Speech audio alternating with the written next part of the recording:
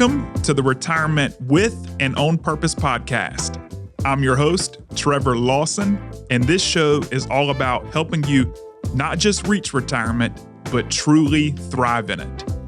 You've put in the work, now let's make sure you can enjoy every moment to the fullest.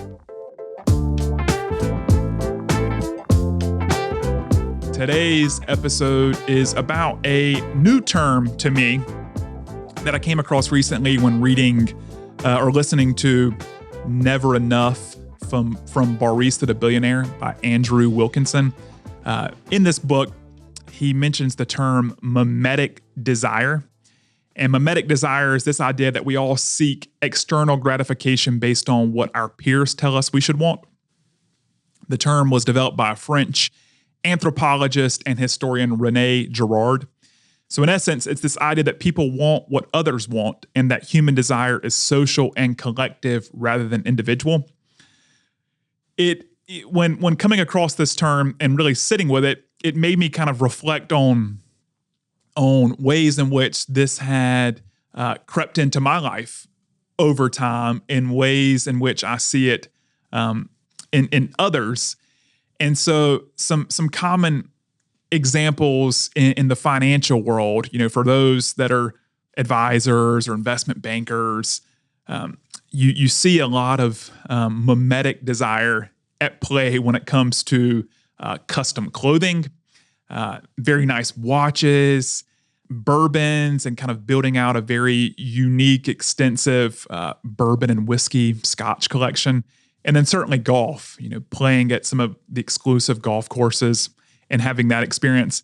These are all desires of a large majority of the individuals in our profession.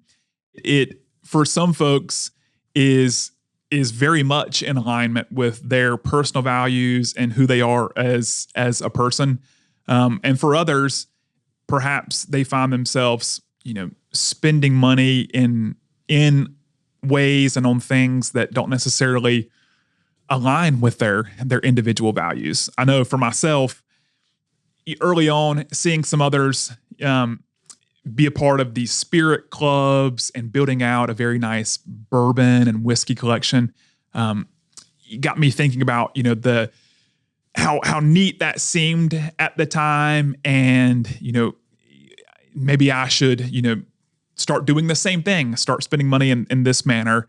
And after going down this road for a little while, I started to realize this is not necessarily in alignment with my personal values, which again, for those that it is, that's great. Keep spending in ways that align with that. But for me, it was heavily influenced now by what I know to be mimetic desire, and seeing those around me spend money in this way made me feel like that's how I should spend money.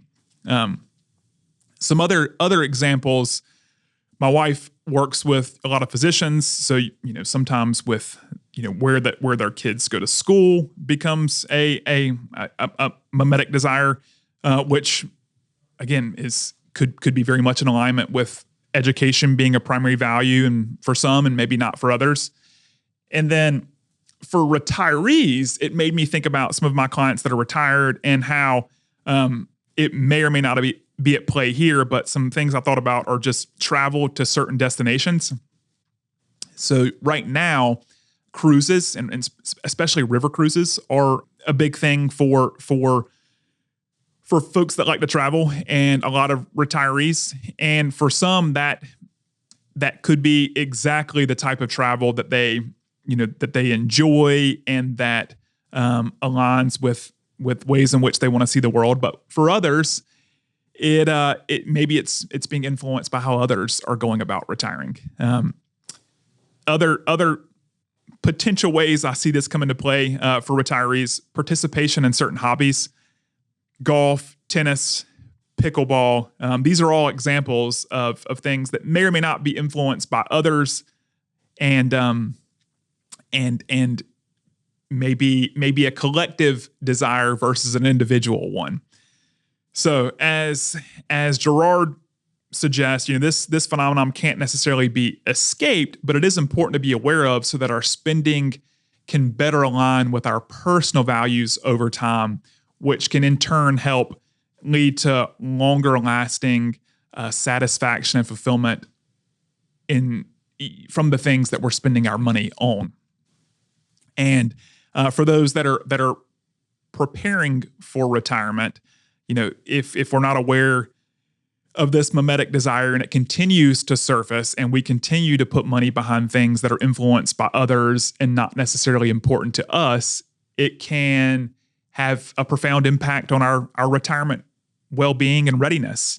We could find ourselves, instead of continuing to save and be prepared for that eventual transition, we're instead, like in my case, accumulating a very extensive bourbon collection that I have no desire in partaking in, but I'm being influenced by those that came before me. So it's just important to be aware of this desire and how it can be at play, and make sure that any monies that we are spending on things that aren't necessarily needs but wants will likely find a lot more satisfaction, contentment, fulfillment when we align our monies with our individual values and not the values of those around us.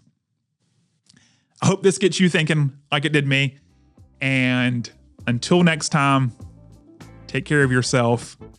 Be aware of this mimetic desire phenomenon, and I'll look forward to being with you again soon. Take care. Thanks for tuning in to the Retirement with and On Purpose podcast. I hope you're walking away with new ideas and a fresh perspective on how to make the most of your retirement journey. And remember, retirement isn't the end.